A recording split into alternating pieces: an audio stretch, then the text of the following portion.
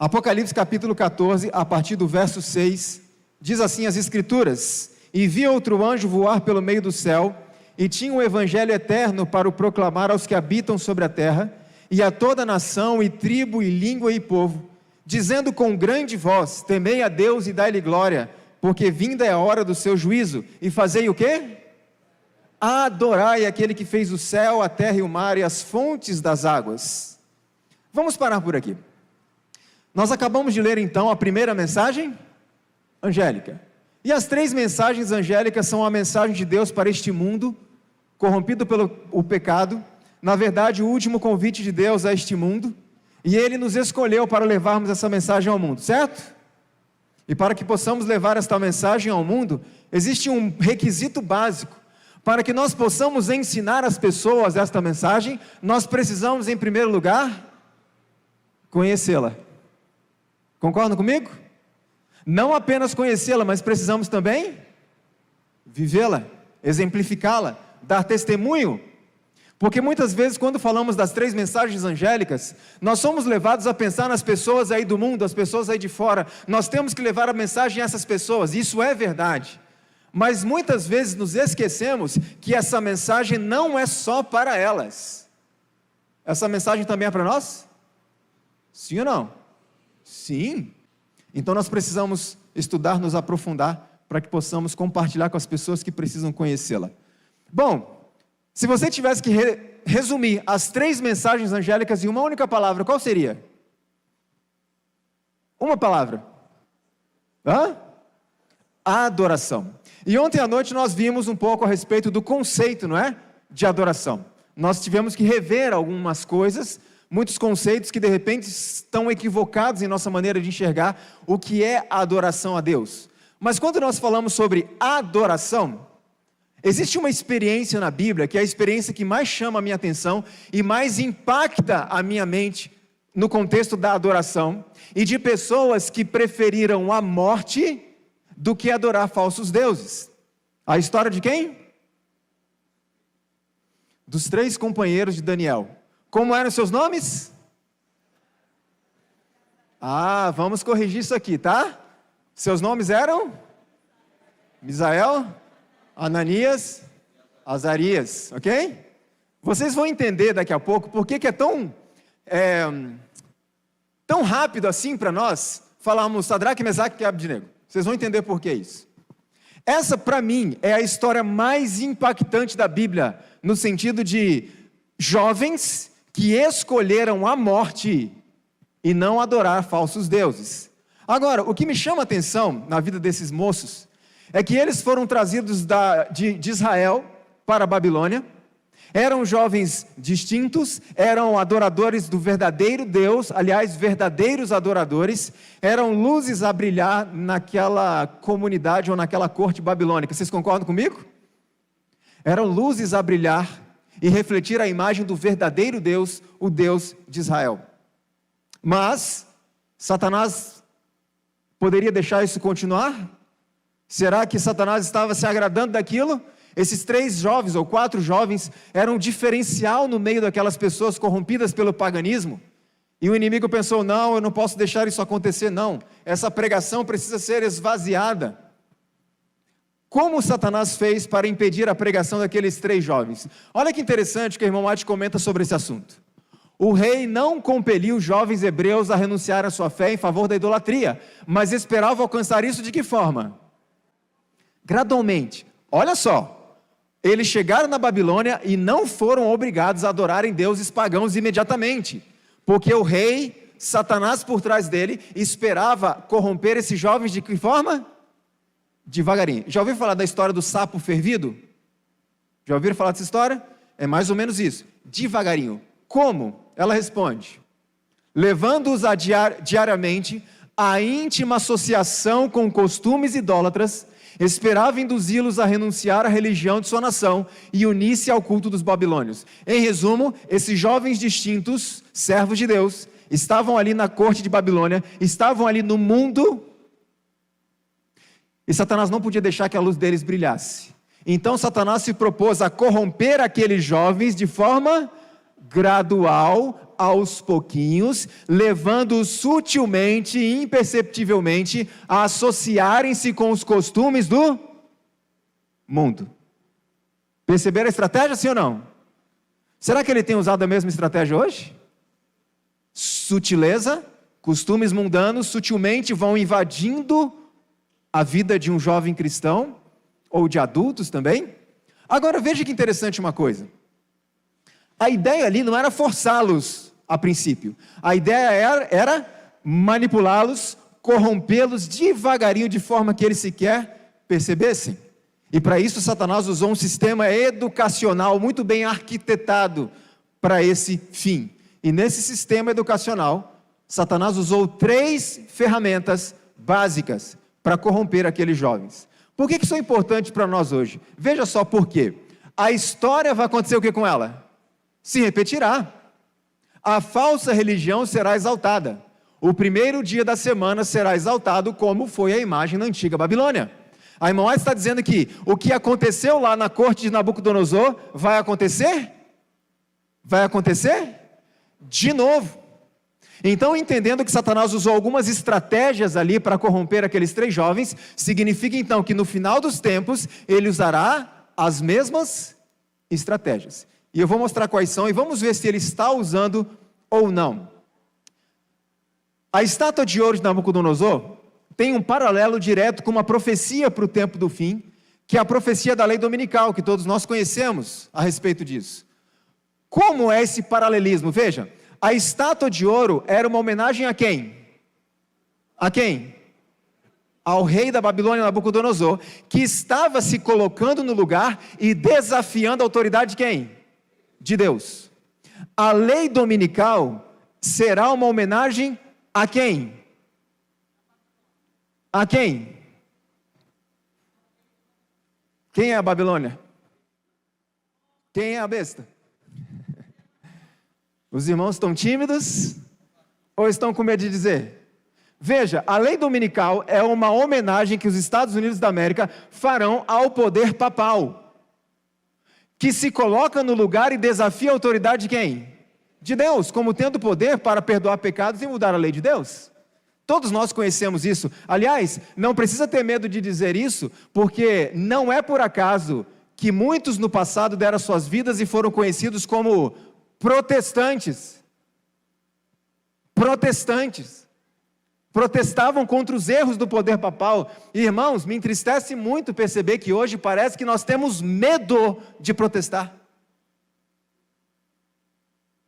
O que está acontecendo conosco? Lembrando sempre que Deus tem filhos fiéis, verdadeiros e sinceros nessas igrejas, sim ou não?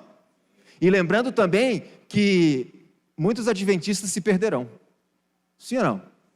Então a questão aqui não é pessoal, é uma questão de sistema religioso que tem enganado as pessoas. E nós precisamos, aliás, nós fomos chamados por Deus para abrir os olhos das pessoas em relação a isso, com muito respeito a elas, com muito amor, mas com firmeza. Não tenha medo de dizer, porque isso vai salvar a vida delas. Então é uma homenagem ao poder papal. Por isso a serva do Sr. Ellen White diz, o que aconteceu lá vai acontecer de novo. E aí a pergunta que a gente faz é, quais foram os elementos que Satanás usou para tentar corromper esses 4 jovens cristãos, esses jovens verdadeiros adoradores do servo, do Deus vivo, do Deus de Israel? Vamos ver qual foi o primeiro elemento? Me permita projetar o texto bíblico aqui para a gente poder ganhar tempo, tá bom? Veja o que a Bíblia diz a respeito disso. Entre eles se achavam dos filhos de Israel, Daniel, Ananias, Misael e Azarias. E o chefe dos eunucos fez o que com eles?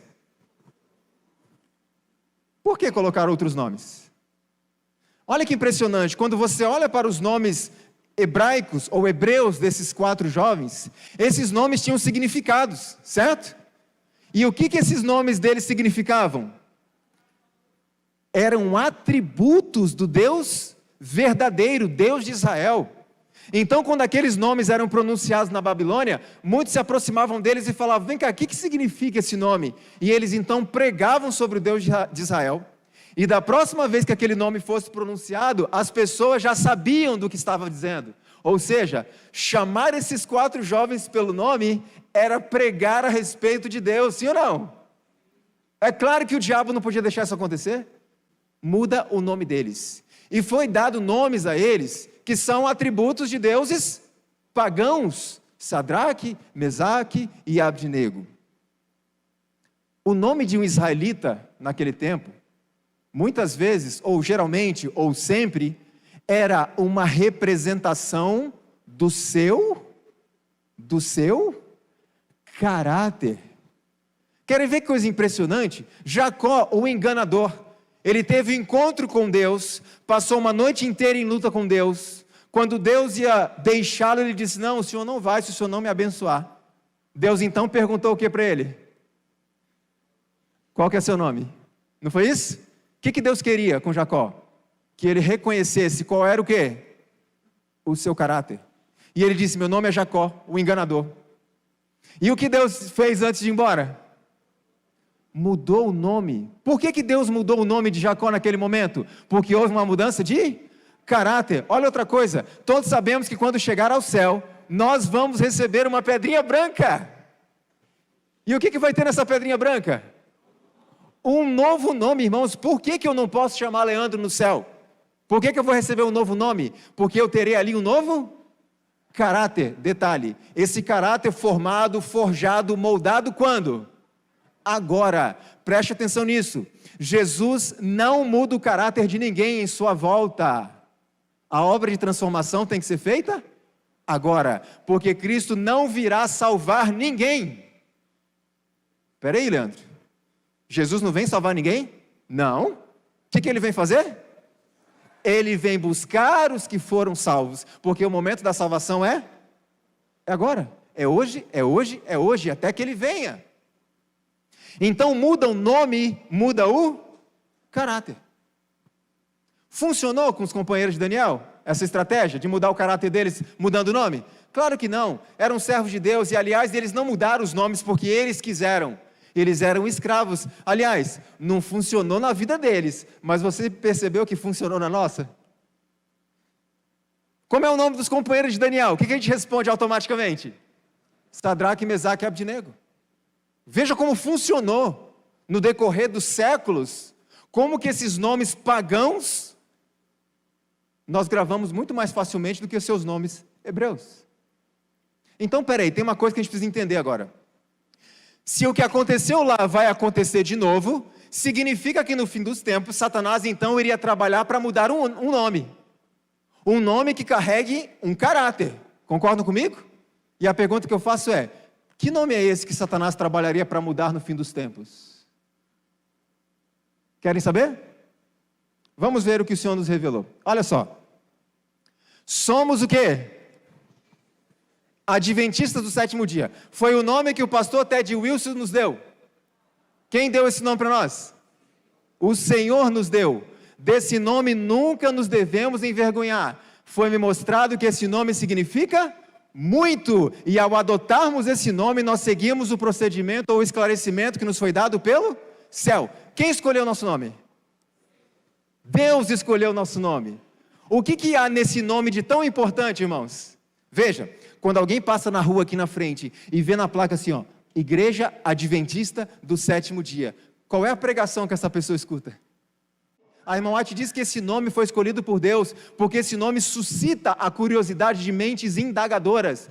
Que negócio é esse de Adventistas do Sétimo Dia? E eles vão pesquisar, e eles vão ter uma pregação completa. O sábado é o dia do Senhor, e Jesus vai voltar. Só que Ellen White teve uma visão. E Deus mostrou o seguinte para ela, preste atenção nisso. Foi-me mostrado um grupo sob o nome de Adventistas do Sétimo Dia, que estava aconselhando que a bandeira ou o sinal que nos torna um povo distinto, um povo o quê? Distinto, não devia ser tão chocantemente defendida, pois pretendiam não ser o melhor método para obter êxito para as nossas instituições.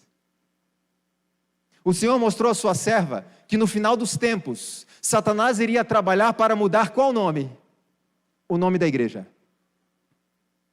E pessoas surgiriam dizendo assim, não usa esse nome não, para a gente poder quebrar preconceitos. Se a gente usar esse nome, as pessoas vão se afastar, vão afugentar as pessoas, elas não vão querer conhecer essa igreja. Irmãos, vamos ser sinceros, quem nos deu esse nome? Qual nome é melhor do que esse? Quem é mais sábio do que Cristo? E muitas vezes nós somos arrogantes. E nós queremos escolher outros nomezinhos para quebrar supostos preconceitos, para que as pessoas venham e não se sintam, e não percebam que a gente é diferente, mas vem cá, Deus nos chamou para ser o quê? Preste atenção numa coisa. A gente ouve muitos jovens falando assim, o jovem tem que fazer o quê? A diferença. Sim ou não? E jovem tem que fazer a diferença, irmãos?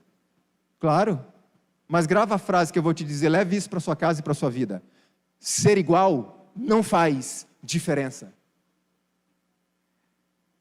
Esta bandeira distintiva deve ser levada pelo mundo até o fim do tempo da graça, porque o tempo de graça acabou, a nossa missão como igreja também acabou. Ela diz mais, vi alguns estendendo as mãos para remover a bandeira e obscurecer-lhe a significação, pessoas que defendem a ideia de que o nome da igreja não deve ser usado, usa qualquer outro nome para atrair as pessoas. Ninguém é mais sábio do que Deus. Se Ele escolheu esse nome, é esse nome que devemos usar. Sabe por quê? Preste atenção nisso daqui. O nome adventista do sétimo dia exibe o verdadeiro caráter da nossa fé. Muda o nome, muda o quê? Muda o caráter. Muda o perfil, muda a identidade. Não toque nesse nome. É o nome que foi dado por Deus. E é este nome que Ele quer que a gente leve sobre nós até o fim do tempo de graça. Então essa estratégia não deu certo com os companheiros de Daniel. Satanás partiu então para o segundo elemento. E a Bíblia declara assim, determinou-lhes o rei a ração diária das finas iguarias da mesa real. Qual foi o segundo ponto que Satanás tentou tocar na vida dos meninos? A alimentação. Será que ele faria o mesmo no fim dos tempos? Satanás sabe que aquilo que a gente ingere, seja bebida, seja comida, tem uma influência direta no nosso córtex pré-frontal, que é o único lugar onde Deus consegue se comunicar com o ser humano. E o inimigo quer quebrar esta conexão. E ele usa música, ele usa mídia, ele usa alimentação, para então quebrar a nossa conexão e prejudicar o córtex pré-frontal. De tal forma que a gente possa até ouvir a voz de Deus, mas a gente não entende nada. Porque aqui está o discernimento. Olha que interessante, vou compartilhar com vocês um único texto sobre isso. A reforma de saúde, que vai muito além de alimentação, são 8 pontos. É um ramo da grande obra que deve preparar um povo para a vinda do Senhor. Ela se acha tão ligada à terceira mensagem angélica, como as mãos o estão com o corpo. Ou seja, alimentação, saúde em geral, o cuidado com a nossa saúde, e isso também é adoração. Se Deus pediu, eu faço. Para ser salvo? Não. Por gratidão, por já ter recebido a salvação. Lembre-se de uma coisa, o povo de Israel recebeu as leis de Deus antes ou depois da libertação do Egito? Antes ou depois? Depois de libertos do Egito, certo? Estou falando naquele contexto ali. O que isso significa para nós? Significa que não guardamos a lei de Deus para sermos libertos. Nós guardamos a lei de Deus porque fomos libertos. E essa é a nossa forma de manifestar a nossa gratidão, nosso amor por Deus. Por isso Jesus disse, se vocês me amam, vocês vão guardar os meus mandamentos. É uma demonstração de amor. Então, irmãos, eu faço um apelo a esta igreja. Leve a sério a reforma de saúde. Mas o outro apelo que eu faço é, não seja um cristão chato. Entenderam o recado? Sim ou não? Eu costumo dizer muitas vezes que muito mais pessoas seriam, por exemplo, vegetarianos estritos, se não fossem alguns vegetarianos. Vocês concordam comigo? Eu sou vegetariano estrito há muito tempo, mas eu reconheço que muitas vezes, e eu tenho que cuidar de mim mesmo, porque eu posso ser uma dessas pessoas, eu afasto pessoas das reformas que Deus pediu por causa do meu temperamento. Sim ou não? Então os frutos do Espírito são de suma importância para todos nós. Bom, então não deu certo, porque os jovens, preste atenção nessa frase, os jovens preferiram morrer do que comer. E aí quando você entende que aqueles 4 jovens preferiram morrer do que comer, qual desculpa que sobra para mim e para você? Para dizer, não, mas Senhor, é muito difícil isso aqui para mim. Veja, eles preferiram a morte do que comer o que Cristo pediu para não comer. Então não deu certo e Satanás foi usar o último elemento para tentar corromper a mente e o córtex daqueles jovens. Qual foi? A Bíblia diz, no momento em que ouvirdes o som de toda sorte de música, vos prostrareis e adorareis a imagem de ouro. Quando eu li esse texto pela primeira vez, ou as primeiras vezes, eu pensei assim, a música ali era só um sinal para que todos pudessem se ajoelhar juntos diante da estátua. Mas eu percebi que não era só isso. Olha qual era a intenção. Forçar, obrigar, coagir é o último recurso de toda falsa religião. A princípio, será tentada a linguagem da atração, como o rei de Babilônia tentou, usando o poder da música. Qual era a intenção de Nabucodonosor ali, além de dar um sinal para que todos se ajoelhassem ao mesmo tempo? Era induzi-los a se ajoelharem, usando o poder da música para entorpecer o córtex pré-frontal e tirar o discernimento moral das pessoas. Você já parou para pensar, por que quando alguém está assistindo um filme, e naquele filme existe uma pessoa que mata a outra, aliás, alguém aqui já comemorou assassinato assistindo filme? Alguém aqui já comemorou um adultério assistindo um filme? Sim ou não? Por que isso? Córtex pré-frontal inibido, discernimento moral não existe mais. Então, o inimigo tentou usar a música para entorpecer o córtex pré-frontal desses jovens. Olha só o que a irmã White comenta mais. Satanás fará da música um laço pela maneira por que é dirigida. E todos nós concordamos que existe música apropriada e música que não é apropriada. Não existe discussão em relação a isso. A discussão é, qual é qual?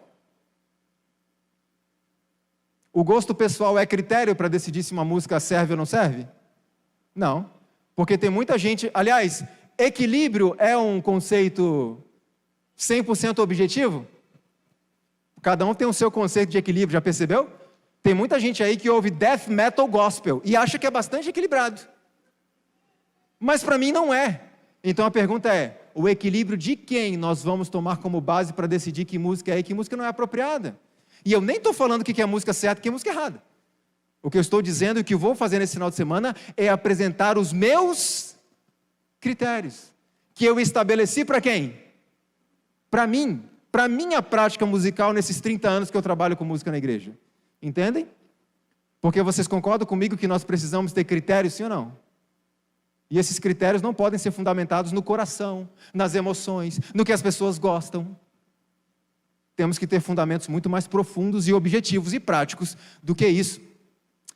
Por que Satanás usa essa arma e por que ela é tão poderosa? Veja, a Bíblia, ela nos dá uma ordem, isso aqui eu acho extraordinário, irmãos.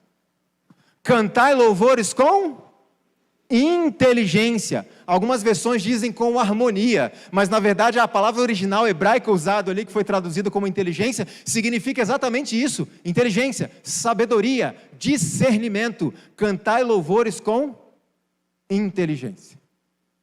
Então nós precisamos refletir um pouco mais sobre isso. Por que a música é uma ferramenta tão perigosa? Esse aqui é um artigo publicado no Caderno de Física da Universidade Federal do Espírito Santo. Aliás, hoje à tarde eu vou trazer algumas informações para vocês, e vocês vão ver que 99% do que eu vou trazer não foi escrito por crentes. Para vocês verem que a questão da música é uma problemática já que causa preocupações até à academia. E eu vou mostrar para vocês como pessoas do meio secular, cientistas, doutores, etc., estão muito preocupados com essa questão. E eu pergunto, e o povo de Deus? Porque nós fomos chamados para ser cabeça, e não o quê? Cauda. E eu me preocupo porque às vezes parece que a gente está virando cauda, porque muitas vezes parece que nós não estamos dando o exemplo para as pessoas aí de fora. Parece que muitas vezes nós é que estamos copiando o exemplo delas para parecer atraentes a elas. Nós temos que ser cabeça. Eles têm que nos imitar. e não o contrário. Concordam comigo? Sim ou não? Então veja o que foi publicado no Caderno de Física. Aliás, qual é o assunto desse artigo? Física. Como eu disse ontem, a física do som afeta a fisiologia do corpo. Veja o que é dito ali. Estudos mostraram que o impacto da música no sistema nervoso afeta processos tais como frequência cardíaca, respiração, pressão sanguínea, digestão, equilíbrio hormonal, o humor e as atitudes, ou seja, as raízes dos nervos do ouvido são extensamente distribuídas e possuem mais ligações com todas as funções de nosso organismo do que qualquer outro órgão sensitivo. A ciência está preocupada com isso. A música pode nos deixar doentes? Fisicamente, sim ou não? Claro. Inclusive é um ramo da saúde hoje que se chama musicoterapia. Quer ver que interessante isso daqui? A música afeta a pressão sanguínea, afeta a frequência cardíaca. Alguma vez vocês já foram expostos a certa estrutura musical que fez o coração acelerar? Alguma vez vocês já foram expostos a certa estrutura musical que fez o pezinho bater sem você perceber praticamente? Já? Passaram por isso? Isso é quase involuntário, porque essa é uma reação da nossa fisiologia a determinadas estruturas musicais que estocam energia nos músculos e fazem com que eles se contraiam. Qual é o resultado disso? Movimentação física, quase involuntária. E irmãos, os meus questionamentos voltados à questão da música que nós temos usado, muitas delas, não diz respeito a questões místicas. Porque o espiritualismo, porque isso, claro que isso aí está incluído em muitas dessas questões, mas os meus questionamentos são acadêmicos. Está claro esse ponto? São acadêmicos. E eu vou mostrar à tarde para vocês alguns dos meus questionamentos com base no que a academia tem dito a respeito disso, porque o mundo está preocupado. E nós? Pergunta, a música pode manipular os nossos sentimentos? Sim ou não? Interessante que a gente tem dificuldade muitas vezes de usar a música de uma forma saudável. Querem ver uma coisa? Imagine uma mocinha que estava namorando um rapaz e ela estava muito apaixonada e depois de algum tempo esse rapaz largou ela. Como é que ela fica? Ela fica deprimida, ela fica chateada, ela fica mal. Eu pergunto, dentro do aspecto saudável da música, que tipo de música essa mocinha deveria ouvir neste momento? Uma música mais alegre, mais dinâmica, para que o corpo dela reagisse e combatesse aquela tristeza, aquela depressão. Mas essa mocinha vai ouvir que tipo de música? Nessa situação? Ela vai ouvir aquela música de sofrência, né? Aquela música que vai deixá-la ainda mais o quê? Para baixo. Ainda pior. Veja como nós temos que repensar algumas coisas e ouvir música e cantar música como diz a Bíblia? Com inteligência. A música ela pode mudar os nossos sentimentos e manipular os sentimentos. Eu estou triste, ouço uma música, me sinto melhor. Ou estou tranquilo, ouço uma música e me sinto mal. Alguém já ouviu uma música assim que te deixou meio para baixo? Você começa a ouvir aquilo, prestar atenção naquilo e você começa a se sentir mal. Interessante que a gente até caracteriza as músicas pelos sentimentos que elas evocam. Por exemplo, temos áudio aí? Quando a gente ouve determinados estilos de música, a gente caracteriza a música pelo sentimento que ela provoca. Um exemplo disso. Quando a gente ouve esse tipo de música, a gente diz, essa é uma música o quê? O quê? Alegre, feliz, animada. É assim ou não é? Por quê? Porque esse é o sentimento que ela evoca. Olha o outro exemplo. E quando nós ouvimos esse tipo de música aqui?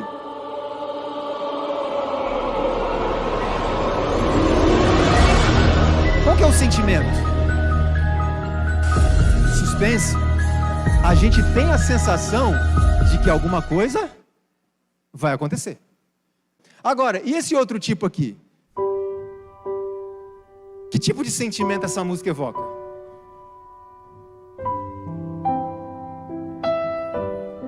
Tranquilidade, talvez? Paz? Conforto, como? Solenidade, talvez serenidade, calma. A própria música original, ela tem como título, realmente, paz. É de paz que ela está falando. Olha o que nós vimos aqui. A música manipula, ela mexe, ela estimula as nossas emoções. Então, espera aí. Vocês concordam comigo que nós hoje, um dos grandes problemas que temos como indivíduos hoje, é a reverência na casa de Deus? Concordam comigo ou não? Precisamos de uma reforma na reverência na casa de Deus? Sim. Muitas vezes eu, enquanto músico, eu cometo o seguinte equívoco. Se a música é capaz de moldar os sentimentos das pessoas, vocês estão ouvindo isso? Vocês estão ouvindo o que eu estou ouvindo? O silêncio? Se uma música é capaz de fazer isso, e se eu quero evocar na congregação uma atitude de reverência, de solenidade, eu pergunto, que tipo de música eu tenho que usar para isso? Muitas vezes, irmãos, eu enquanto músico, eu escolho uma música que evoca agitação. É possível haver reverência depois disso? Então a gente muitas vezes vê pessoas ali pulando, gritando aquela música animada, empolgada, e depois que a música acaba, chega alguém, vai à frente e diz, irmãos, jovens, adolescentes, por favor, fiquem em silêncio, sentem, agora é o momento de estudar a palavra. Eu pergunto, tem condição de ficar em silêncio? Não, porque a música usada agitou o pessoal. Se eu quero este sentimento de reverência, de solenidade, é esta música que eu devo usar. E solenidade não é uma música sempre tranquilinha. Pode haver música alegre e solene ao mesmo tempo? Claro que pode. O problema é que nós não estamos sabendo muitas vezes reconhecer o limite da alegria para a excitação. E aí depois disso, não adianta pedir reverência. Não tem como, porque nós provocamos a irreverência. Então a música ela manipula os nossos sentimentos e a Bíblia confirma isso. Porque Saul, quando estava muito nervoso, muito bravo, muito irado, possuído por demônios, diziam a ele assim, chama Davi, pede para Davi tocar uma música para você. E a Bíblia diz assim, quando o espírito mau vinha sobre Saul, Davi tomava a harpa e a tocava com a sua mão. Então Saul sentiu o quê? Alívio. Então a música pode mudar o meu sentimento, sim ou não? Aliás, falando de Saul, olha só o que a irmã White comenta a respeito dele. A influência dos sublimes acordes da música que Saul escutava desvanecia a melancolia que estava sobre ele e levava sua mente excitada a um estado mais feliz e racional. Então a música pode levar a minha mente a um estado de maior racionalidade e discernimento? Sim. A música também pode tirar a minha mente desse estado de discernimento e racionalidade? Sim, ao ponto de muitas vezes eu estar cantando músicas e dizendo glórias a Deus, aleluia e amém, e a letra da música é antibíblica. E ninguém percebeu. Cantai louvores, diz o Senhor, com inteligência. Nós precisamos pensar mais e sentir menos. Não é pecado sentir, tá, irmãos? As emoções Deus criou. Se você se emociona e chora com uma bela música, isso é natural. Agora, sempre que seja uma emoção subjugada pela razão. Eu me emociono porque eu compreendi.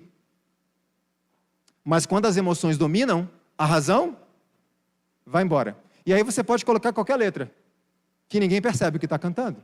Isso é extremamente sério. Esse aqui é o Dr. Norman Weinberger. Ele é um PhD na área de psicologia. Olha só o que ele diz a respeito disso. A música pode rápida e poderosamente definir humores de uma maneira não tão facilmente alcançada por outros meios. Outro especialista, o Dr. Richard Pellegrino, especializado em estudos do cérebro, ele disse assim, em 25 anos trabalhando com o cérebro, ainda não consigo afetar o estado de espírito das pessoas da forma como uma simples música consegue. Ele diz no seu artigo que ele trabalha com pacientes, terapias e terapias e terapias e terapias e não consegue mudar o espírito da pessoa. Então ele toca uma música e ele consegue com uma música o que várias sessões de terapia não conseguiram. Olha que interessante esse artigo da revista Hyper Science. Músicas trazem 13 emoções distintas. Fizeram uma pesquisa na Universidade da Califórnia, entrevistaram mais de 2.500 pessoas nos Estados Unidos e na China. Vem cá. Por que os pesquisadores escolheram um grupo dos Estados Unidos e outro grupo da China? Porque são culturas completamente diferentes. E olha só o que eles descobriram com esta pesquisa. Tocaram ali milhares de músicas de todos os gêneros e eles conseguiram mapear 13 sensações diferentes: diversão, alegria, erotismo, beleza, relaxamento, tristeza, devaneio, triunfo, ansiedade, medo, aborrecimento, incitação e empolgação. 13 emoções básicas diferentes. Um dia uma pessoa me procurou à saída, depois de um seminário sobre isso. E como eu disse a vocês ontem, esse assunto é o que eu menos falo no nosso ministério. Essa pessoa me procurou e disse assim: irmão Leandro, eu tenho um posicionamento um pouco diferente do seu em relação a um aspecto que você abordou. E eu disse: ótimo, então vamos conversar. Porque, irmãos, assim, entre aspas, né? Uma pessoa que concorda comigo é uma coisa, mas aquele que me ensina mesmo é quem? É a que discorda. Vocês concordam comigo? Que a pessoa que discorda é que acaba nos ensinando? Porque nos leva a pensar melhor. E eu, como eu disse ontem à noite, não despreze o argumento de ninguém. De ninguém. Examine, analise. Esse rapaz me disse assim: irmão Leandro, sobre essa questão dos sentimentos evocados pela música, eu acredito que isso é uma questão cultural. Não é uma questão universal, assim. Porque, por exemplo, você tocou uma música ali que para nós realmente é uma música alegre, dá até vontade de se balançar um pouquinho. Mas se você tocar essa música lá do outro lado do mundo, lá na Ásia, eles podem considerar uma música triste, sei lá. E quando esse rapaz me falou isso, sabe qual foi a minha reação, irmãos? Tem muita gente aí tendo a seguinte reação: você é músico por acaso? Já ouviu isso? Isso se chama carteirada, não faça isso. Eu olhei para esse rapaz e disse: amigo, olha só, eu nunca tinha pensado nisso. Me surpreendeu a sua colocação. E então fui para casa fazer o quê? Deixa eu estudar esse negócio que esse menino me falou. Porque eu posso estar errado e ele está certo. Irmãos, eu costumo dizer, e vou enfatizar muito isso aqui: o nosso problema como igreja não é um problema de divisão na área musical. O nosso problema se chama frutos do Espírito. Porque a partir do momento em que eu sou uma pessoa humilde, não estou dizendo que eu sou, ok? Estou falando nós. A partir do momento que eu sou uma pessoa mansa, humilde, paciente, amorosa, as nossas divergências se resolvem, sim ou não? Elas vão sendo diluídas. Então a gente não tem um problema musical. Nosso problema é de relacionamento. É o nosso temperamento que tem sido o problema. E eu não estou dizendo que eu sou um exemplo disso não, tá? Porque todos estamos nessa batalha. Então fui para casa e eu me deparei com uma revista, eu acho que eu não coloquei ali, uma revista chamada Current Biology, ou seja, Biologia Atual, Biologia Hoje. Cientistas fizeram uma pesquisa, se eu não me engano eram antropólogos, alguma coisa assim. Eles foram até Camarões, na África, e escolheram uma tribo primitiva chamada Mafa. Por que escolheram uma tribo primitiva para a pesquisa? Porque era uma tribo que não tinha contato com o Ocidente, com a cultura ocidental ou com a música ocidental. Eles então tocaram alguns estilos musicais daqui, desse lado do mundo, e disseram a eles: mostra pra gente aqui por essas fotos, qual é o sentimento que essas músicas trazem para vocês. Veja, pessoas que não tinham tido contato com a música ocidental. O resultado dessa pesquisa, quem quiser a pesquisa na íntegra, eu mando para vocês o artigo completo da revista, mas foi publicado no Brasil na revista Ciência Hoje. E eles descobriram por essas pesquisas que as emoções básicas evocadas pela música são universais e não dependem de influências da cultura. Porque essas emoções, em essência, elas são provocadas por reações fisiológicas. E a nossa fisiologia muda de país para país? Não. Agora, tem uma coisa interessante aqui. Dr. Anthony Starr, no seu livro A Música e a Mente, ele é um psiquiatra lá da Universidade de Oxford, ou pelo menos foi, ele escreveu no seu livro: música provoca reações físicas similares em diferentes pessoas ao mesmo tempo. Significa isso aqui: se aquele seu vizinho ouve funk o dia todo, não importa se você não gosta daquele funk do seu vizinho, o seu corpo vai sofrer os efeitos. Vai sofrer os efeitos do mesmo jeito. É por isso que uma das mensagens de Deus para o seu povo é que se afastem de onde? Das grandes cidades. Se afastem para viver. Vivam fora, mas venham para fazer o quê nas grandes cidades? Para pregar o evangelho. Não é mosteiro, tá? Para ir lá para o campo, ficar lá meditando. Não, não, não. É para se preparar, ter um convívio maior com Deus, mais próximo, mais íntimo, para que possamos continuar fazendo o nosso trabalho de pregação do evangelho, inclusive nas cidades. Então não é uma questão cultural, porque nós somos afetados por isso. Mas Hollywood já sabia disso, que as emoções básicas são universais. Tanto que Hollywood produz filmes, e nos filmes tem uma coisa chamada trilha sonora. Pergunta: Hollywood distribui os filmes para todo mundo? Para o planeta inteiro? Sim. Ele muda a trilha sonora dependendo do país para onde vai o filme? Dependendo da cultura? Não, é a mesma trilha sonora. E aí eu pergunto para vocês, para que serve trilha sonora? Você já se perguntou? Por que filme tem que ter uma música por trás? Para que serve? Duas coisas: provocar emoções ou potencializar as emoções que você já sente. Querem ver um exemplo? Dá uma olhadinha nesse filme. Missão Impossível. Olha um homem subindo no prédio. Ok, nada demais. Um homem subindo no prédio. Alguma emoção olhando essa cena de um homem subindo no prédio? Não muita. Mas e se você ouvir ou olhar para essa cena dessa forma?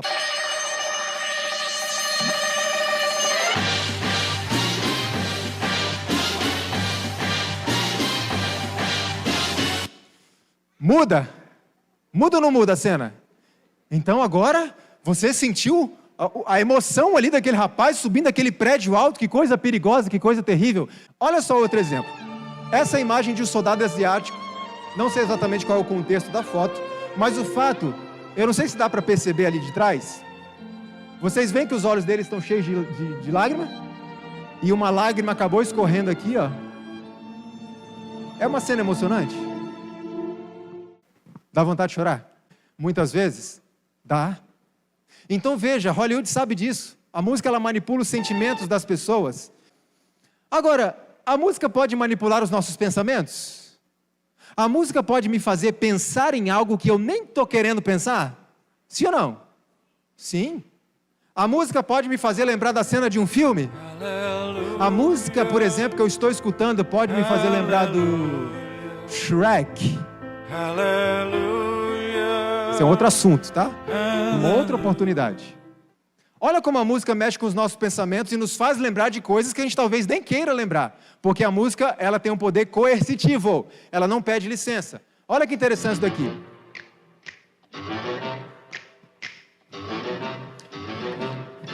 O que você está pensando agora? E se eu falar com você assim, ó, não pense na família Addams enquanto essa música tocar. É possível?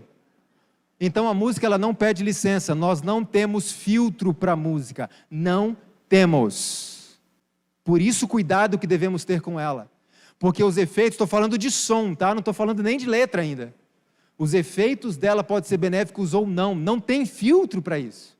Tanto que a música, ela não respeita, digamos assim, nem o mal de Alzheimer. Eu não sei quantos viram uma cena muito emocionante de uma famosíssima bailarina, que ela ficou muito conhecida porque era, quando se falava da música Lago dos Cisnes, não sei quantos conhecem essa música clássica, se lembravam dela, porque diziam que era a melhor dançarina de balé de Lago dos Cisnes que a humanidade já conheceu. E ela estava com mal de Alzheimer avançado. E ela na cadeirinha de roda ali. Quando começaram a tocar o Lago dos Cisnes, vocês lembram o que aconteceu?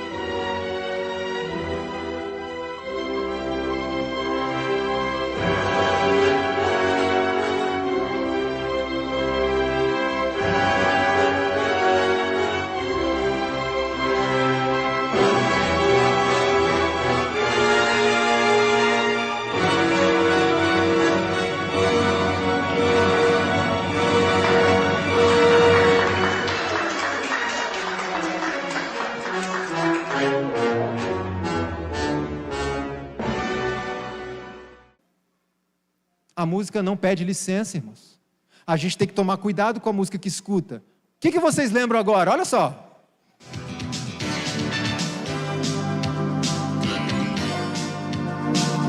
O que veio na cabeça? Jornal Nacional. E perceba que essa música, ela é essencialmente rítmica, ok? Male Male tem alguma melodia ou harmonia nela. Essencialmente rítmica. Mas fez lembrar do Jornal Nacional. Agora preste atenção nessa outra música. Que essa vai ser rapidinha. Preste atenção.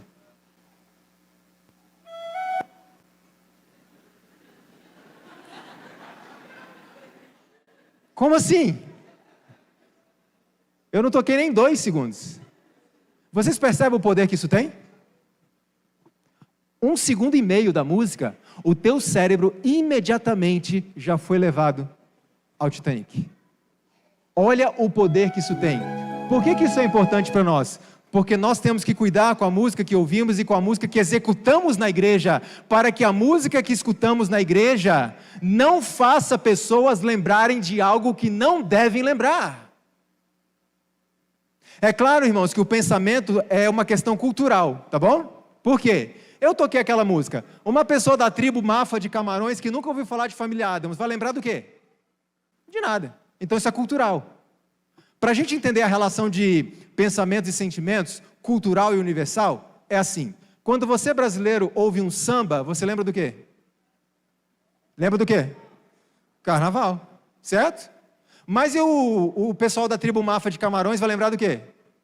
De nada.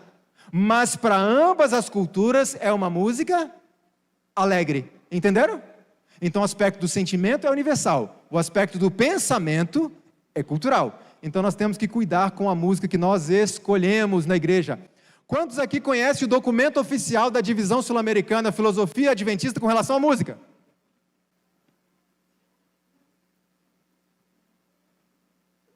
Eu estou surpreso com quão poucas pessoas conhecem. Irmãos, deixa eu dizer uma coisa séria para vocês. Qual é a posição oficial da igreja em relação à música?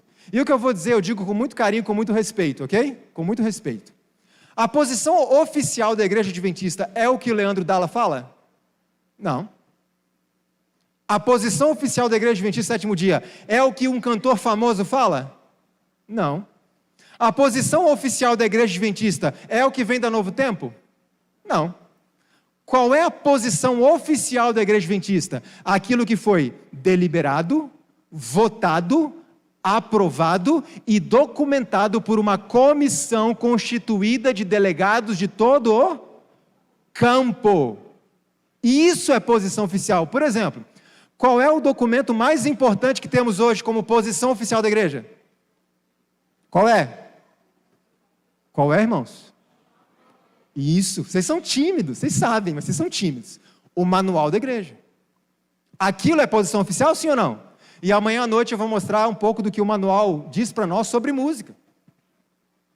Porque hoje vivemos uma inversão de valores tão perigosa, que quando uma pessoa diz, olha, essa música aqui nós não vamos usar, porque está em contradição com a página 154 do manual da igreja. Essa pessoa que está defendendo o manual da igreja é considerado o inimigo da igreja.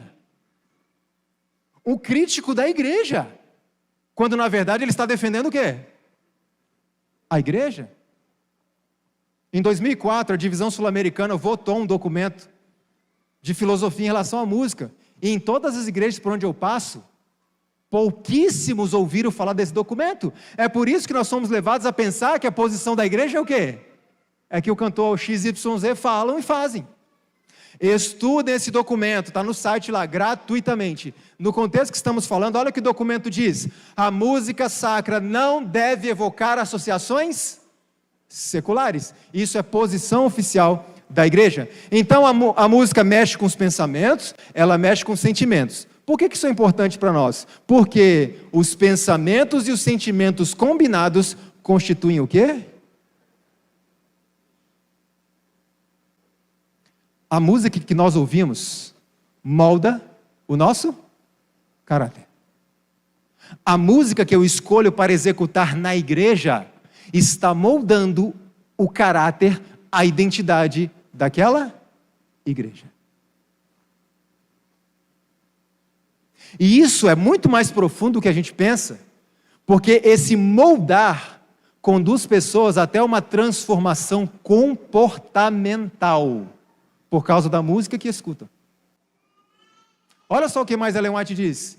Quando julgais que como cristãos não vos é requerido restringir os pensamentos e sentimentos, sois levados sob a influência dos anjos maus e convidais a sua presença e o seu domínio. Ou seja, nós precisamos controlar os nossos pensamentos, sim ou não? Sim. Precisamos controlar nossos sentimentos? Sim. A Ellen White diz, se você chegar à conclusão de que não precisa controlar os pensamentos e sentimentos, você fica à mercê de Satanás. E ele manipula do jeito que ele quiser. Como a música mexe com sentimentos e pensamentos, significa isso daqui. Quando uma igreja, quando um indivíduo chegar à conclusão de que não precisa filtrar, restringir, discernir a música, mas que tudo serve, ou então aquilo que agrada as pessoas, nos colocamos à mercê de Satanás. Aliás, que é um grande especialista em música, sim ou não? Satanás dirigiu o coro do céu. Olha que interessante no livro A História da Música Ocidental, desses dois escritores e professores universitários, e músicos também.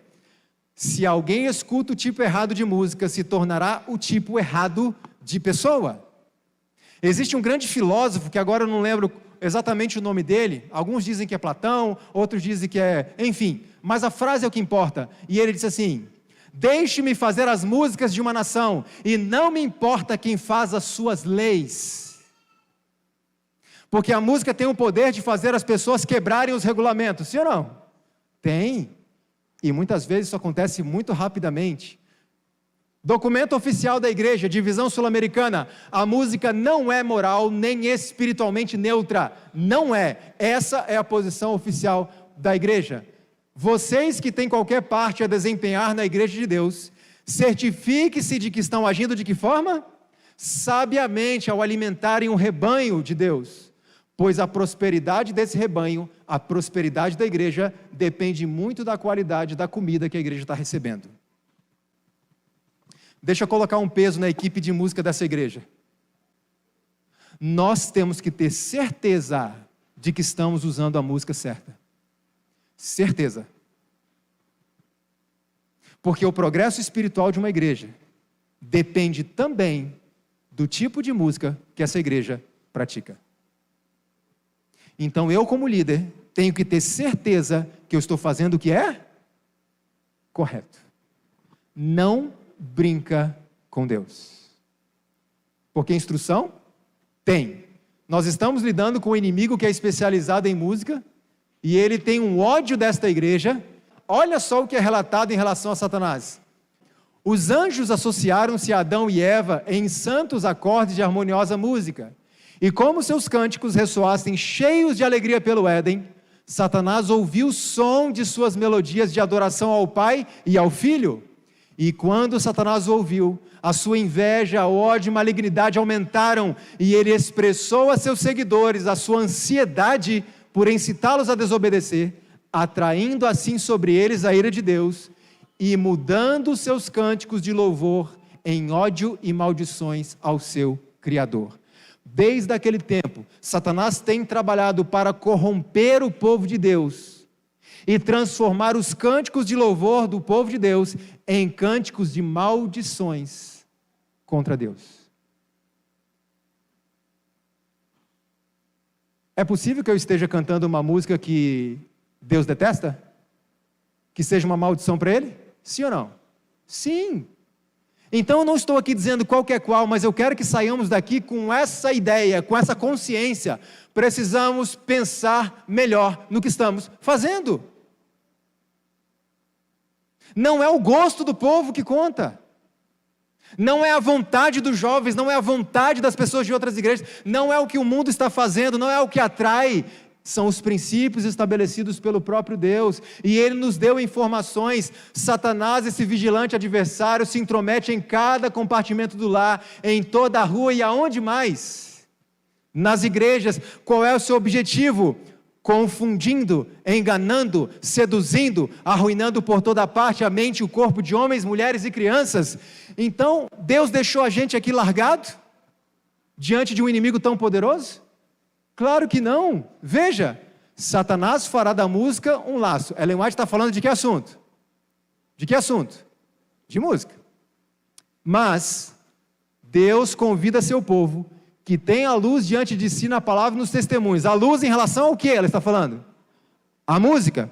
Deus convida o seu povo a ler e considerar e dar ouvidos, porque instruções claras e definidas a respeito de música têm sido dadas a fim de apenas os músicos especializados compreenderem. É isso que está dizendo aí? Irmãos, deixa eu dizer uma coisa importante para vocês. 2 livros escritos sobre o assunto, totalizando mais de 500 páginas. E os seminários que eu apresento sobre música, que são pouquíssimos, muito raros, mas ainda apresento alguns, 90% do que eu falo, eu não aprendi em escola de música. É uma busca pessoal que quantas pessoas podem fazer? Todas. Qualquer um. E nós precisamos buscar estes princípios. E eu encerro com este texto. Precisamos cantar louvores com inteligência. Ficou claro aos irmãos que a gente precisa se preocupar mais com esse assunto, sim ou não? Era só essa a proposta dessa manhã. A gente precisa se preocupar mais com isso, estudar mais, prestar mais atenção, para que possamos cantar com inteligência.